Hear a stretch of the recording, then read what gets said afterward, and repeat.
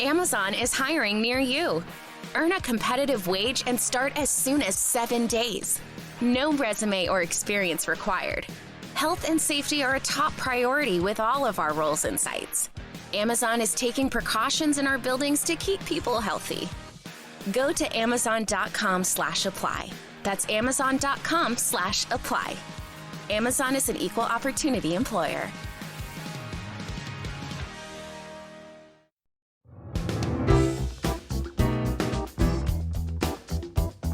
Major support for Out to Lunch is provided by the law firm of Jones Walker, established in 1937 with over 375 attorneys in offices throughout the U.S., providing a comprehensive range of services to a local, national, and international client base. JonesWalker.com. And by Hancock Whitney. Hancock Whitney is here for families, here for businesses, here for communities during this challenging time. Visit HancockWhitney.com/COVID-19 for the latest.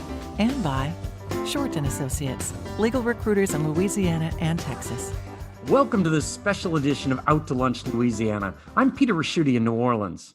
I'm Christian Mader in Lafayette. And in Baton Rouge, I'm Stephanie Regal. Normally, we're the hosts of Out to Lunch in our respective cities, but during the course of the current public health crisis, we're joining forces from our respective home studios to bring you a statewide look at what's happening in the world of business and finance.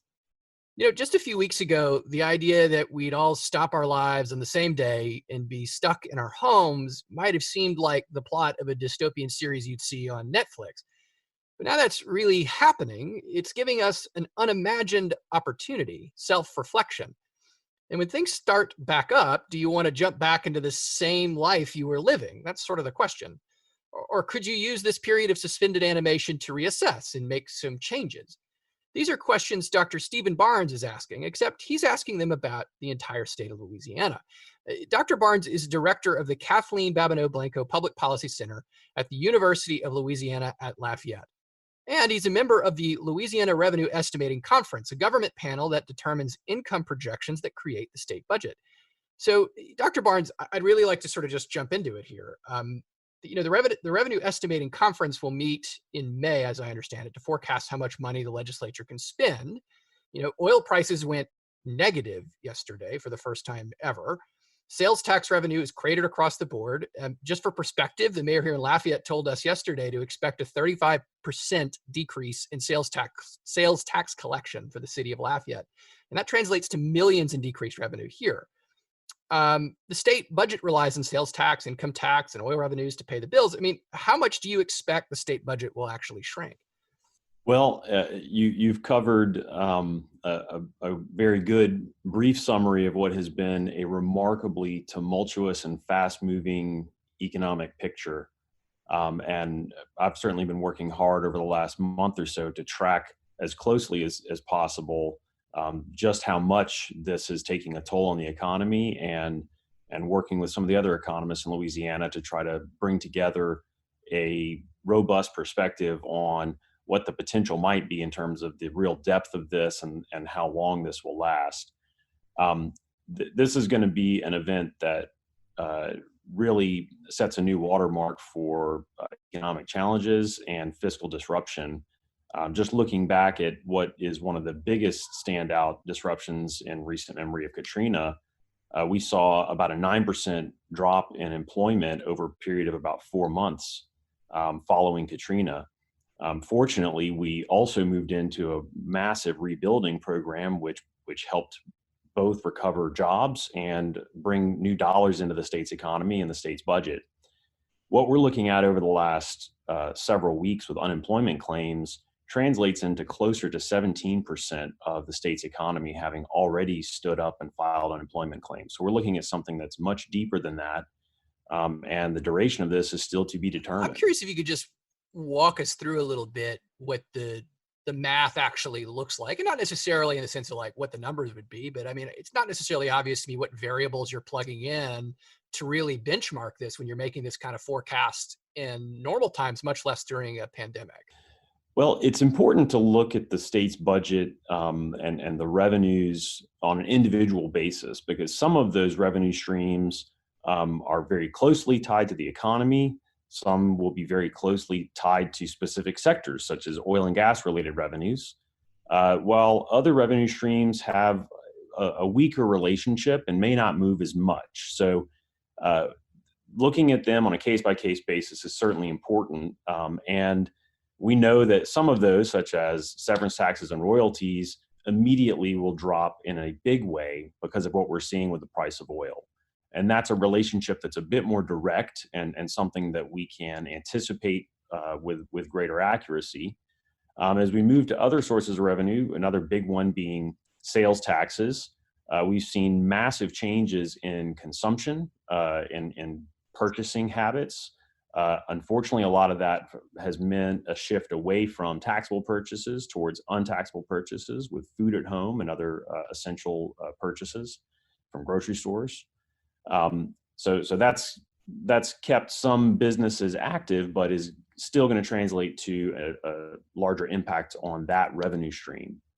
Whereas other revenue streams, while we've seen a lot of people beginning to file for unemployment benefits, and certainly some families are feeling a huge impact from this event on their own budgets, the broader tax base for the income tax is something that doesn't move quite as rapidly over time.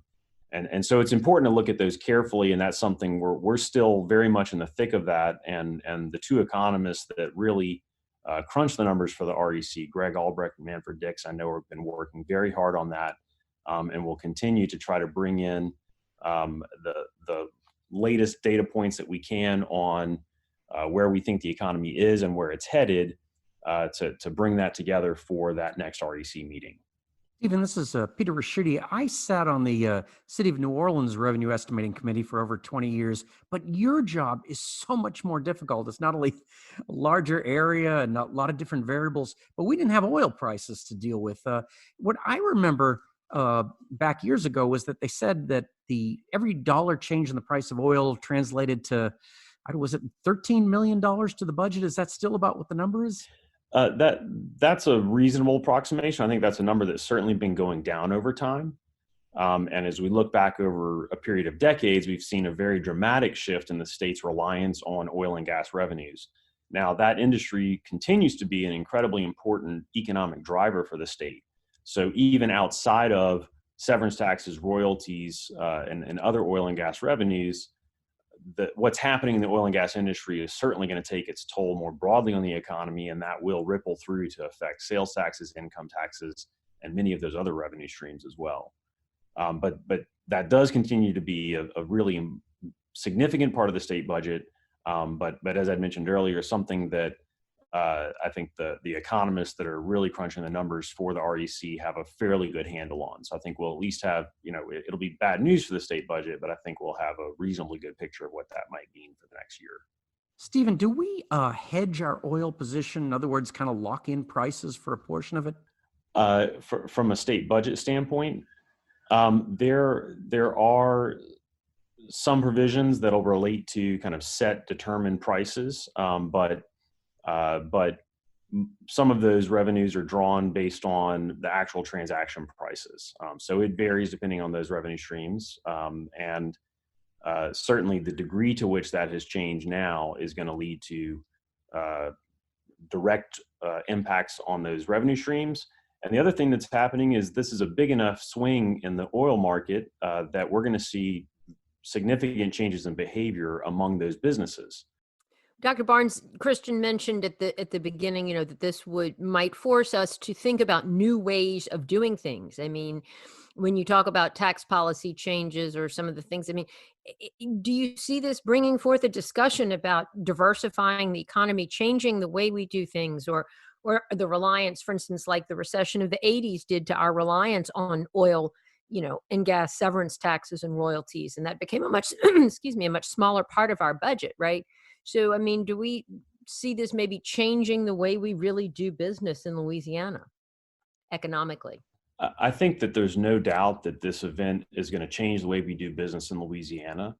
I think we're going to see a very large number of small changes that pervade the entire economy. So there are going to be lots of little things that retailers have to do, that restaurants will start to do as they begin to reopen, and try to serve their customers in a way that was similar to what they did previously.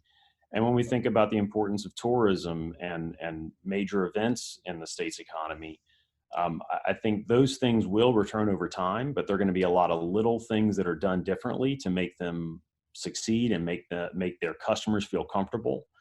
But I also think this is a moment in time when we should be thinking more broadly about, where are we headed as a state, and how do we push the state in the right direction to really get on a path of stronger economic growth and embrace the economy of maybe it's the new 21st century, a post-2020 economy.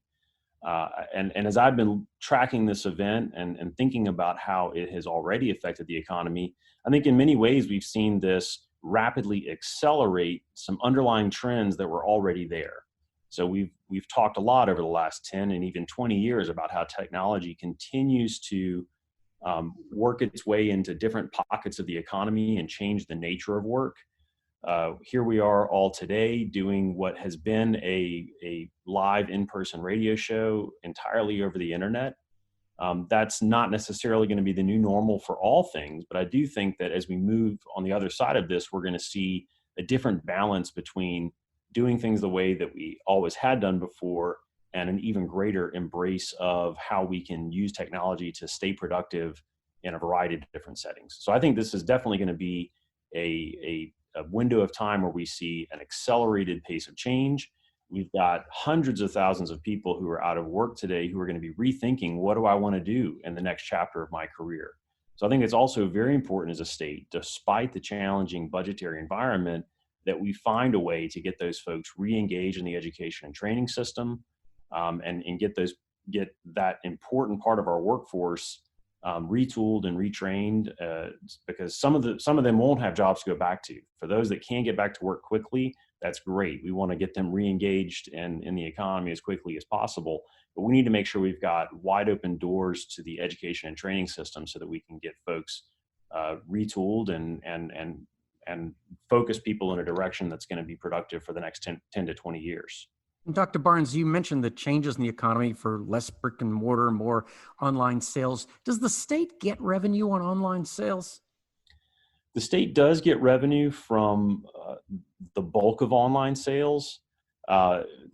Large retailers for many years have been submitting sales taxes for those online sales among those that do have a presence in the state.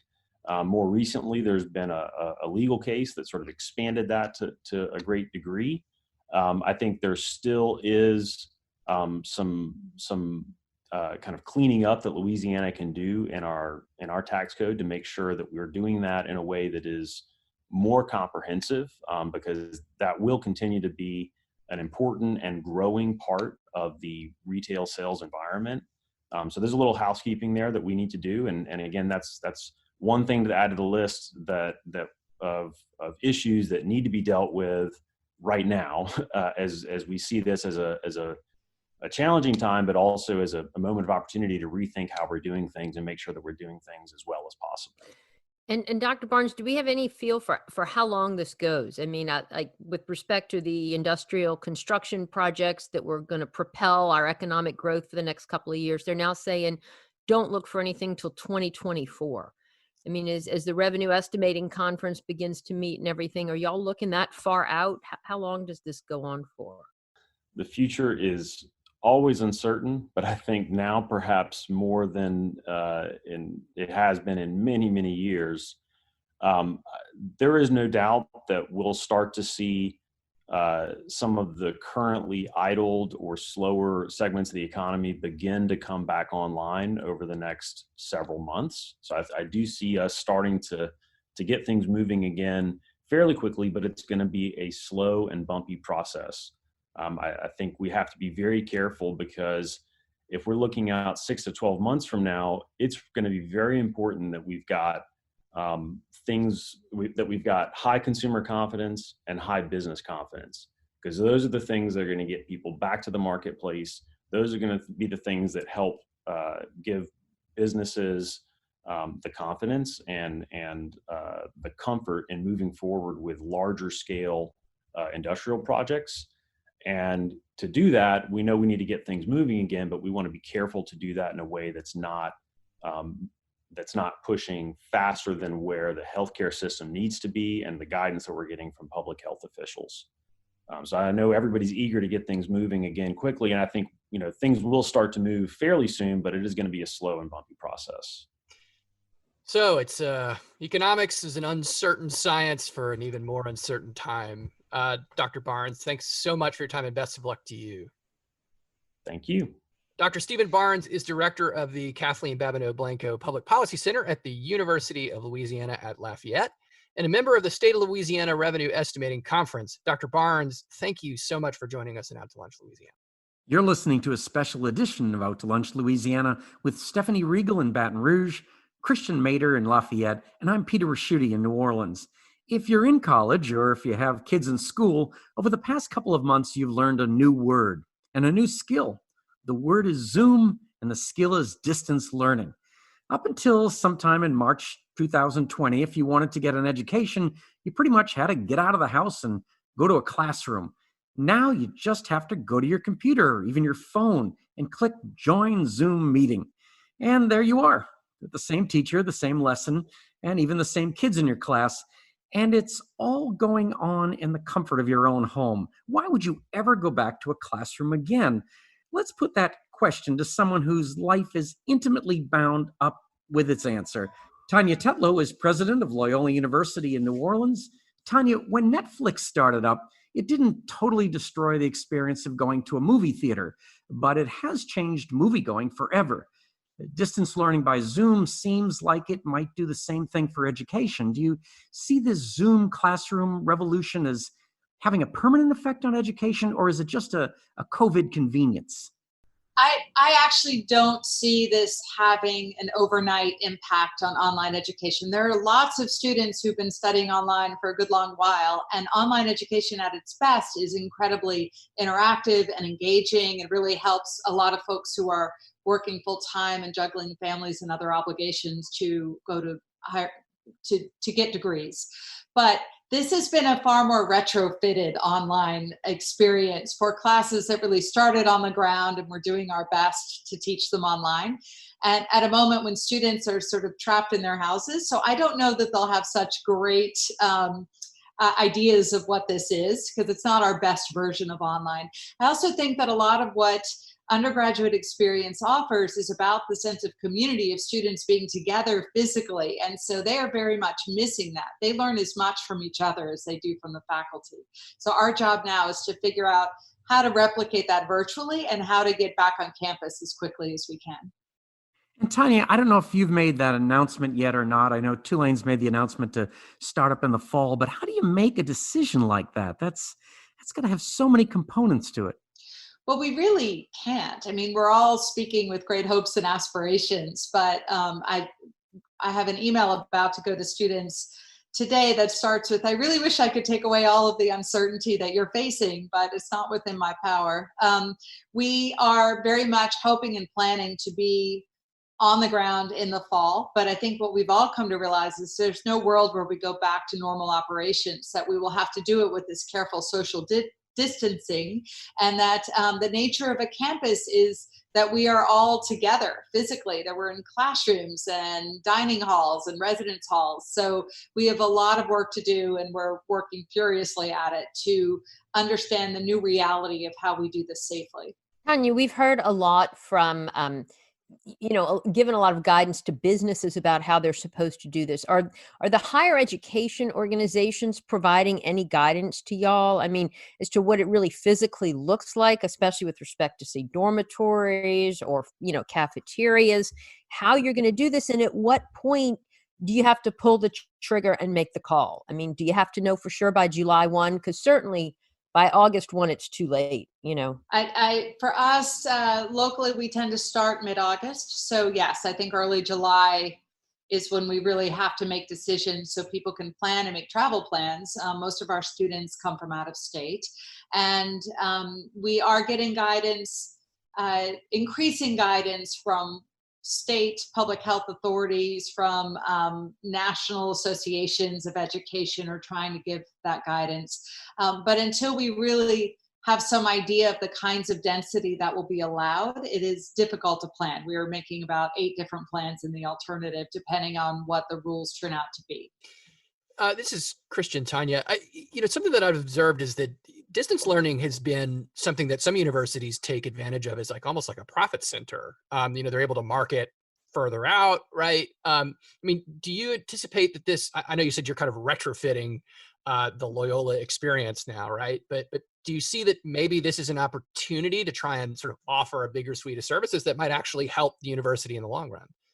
Loyola did that in the last few years. Actually, when we went through an enrollment downturn, that was just sort of a function of strategic error, and we fixed it. But in the meantime, we stood up online versions of much of what we offer, and we did it with our existing faculty. And so that has been a real advantage to us now, because it means that more of our faculty are trained on how to do online teaching really well, and it's helped us be more flexible during these times. We are thinking now about the marketplace of 18-year-olds coming to college was already on the decline, because there's just a population downturn hitting a peak at 2008 when the recession hit. People had a lot fewer children. We may see that impact again in 18 years from now. And so, and then overnight, because of the economic impact of the pandemic, we may see as much as some polls are showing a 20% drop in the students who intended to go to college who will no longer go to college. And so for all of us, there's this incredible shrinking in the market. It will hit each of us differently. But we have to look to how we do certificate programs, how we help workers, adults who may need to pivot careers because there's this massive unemployment rate, of how we offer online programs that people are able to take in more flexible ways. But you're right, we have to be nimble about this, or else all of higher ed is in deep trouble. And there are some estimates that of the 4,000 colleges and universities in the country, that as many of them as 500 may close within a year or two. So much of what I take to be how universities, let's say crassly, compete with each other has been sort of the campus life, right? Going and saying, like, if we build this great new dining hall, the students will come here. If we enhance the public experience, it'll be wonderful. I mean, clearly, as we kind of pivot to more universities offering more distance learning options, I mean, how do you separate yourself from something that feels so similar everywhere? I mean, every Zoom call seems to be basically the same, right? So how does Loyola University say our Zoom classes are better than everybody else's? Part of it is that it isn't just about Zoom classes. It's about really engaging, creative, thoughtful online courses. And that requires an awful lot of work on the front end. So our faculty will be working really hard this summer, not just to plan for online courses, but to have to plan in the alternative. And I think one thing we're realizing is that on the ground courses will necessarily be hybrid, that to spread ourselves more thinly, we may have half the class watches the lecture online one day and then flips the next day, that we have to be creative in ways that I hope will make our teaching better for the long run, that we'll get the best versions of technology that really challenge us from delivering the same lecture from the same notes you've had for 20 years and make you do it in a much more engaging and specific way. But to answer your question, right, it's not about the famous lazy rivers on campuses. And those are the institutions really competing for the wealthiest students who are sort of driven by that privilege.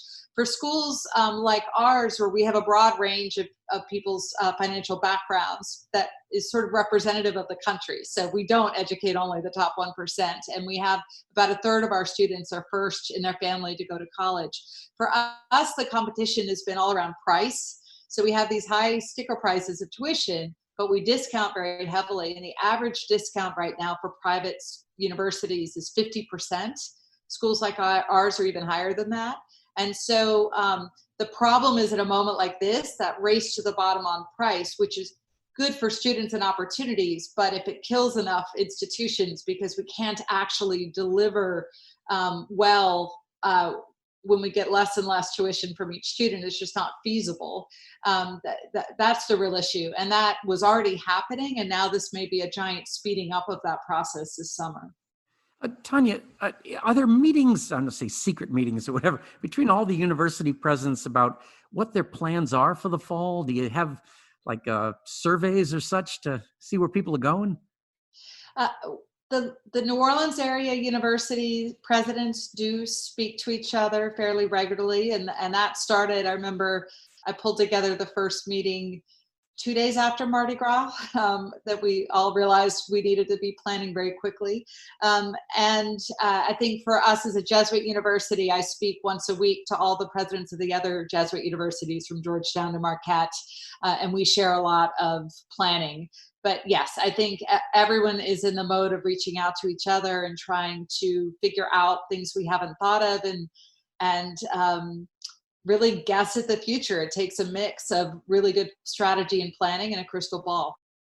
And Tanya, I know that a lot of schools, they rely on like foreign students sometimes to pay the full freight that you mentioned.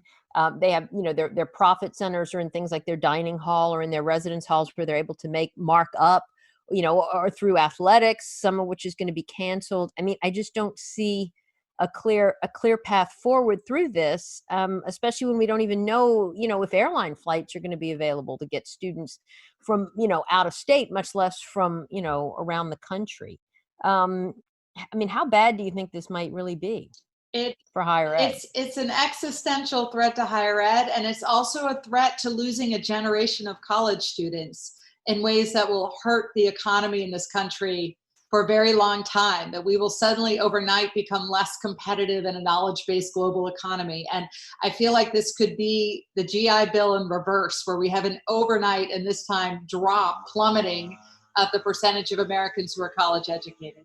So it's critical, and Congress did provide some funding for higher education in the last CARES Act. We're asking for a lot more because we are infrastructure of the economy, not just right now in our direct spending, which is pretty massive nationwide, and the jobs we provide, but in terms of educating generations of Americans to compete globally, we can't lose that ground.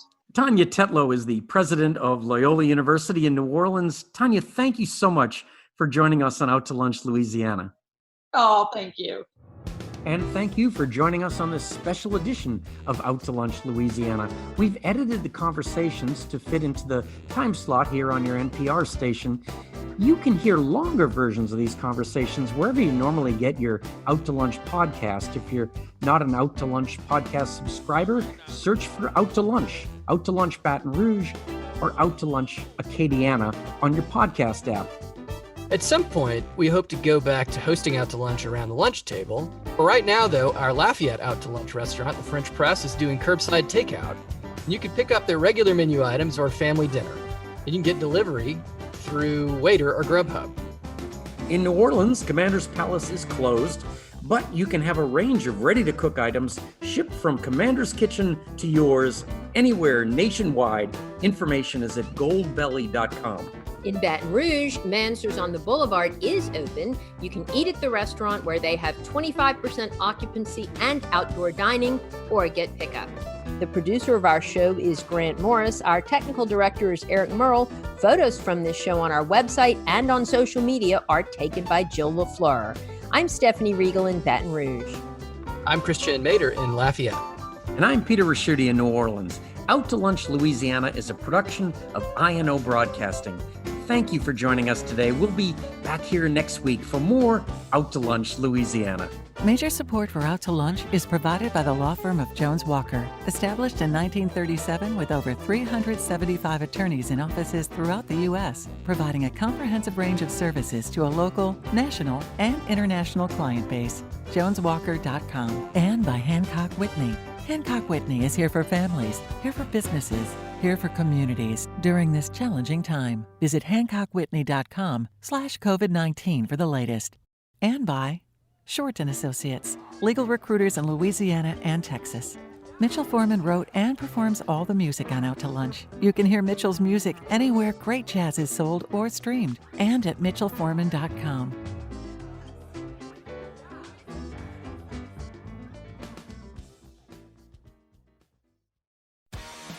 Amazon is hiring near you. Earn a competitive wage and start as soon as 7 days. No resume or experience required. Health and safety are a top priority with all of our roles and sites. Amazon is taking precautions in our buildings to keep people healthy. Go to amazon.com/apply. That's amazon.com/apply.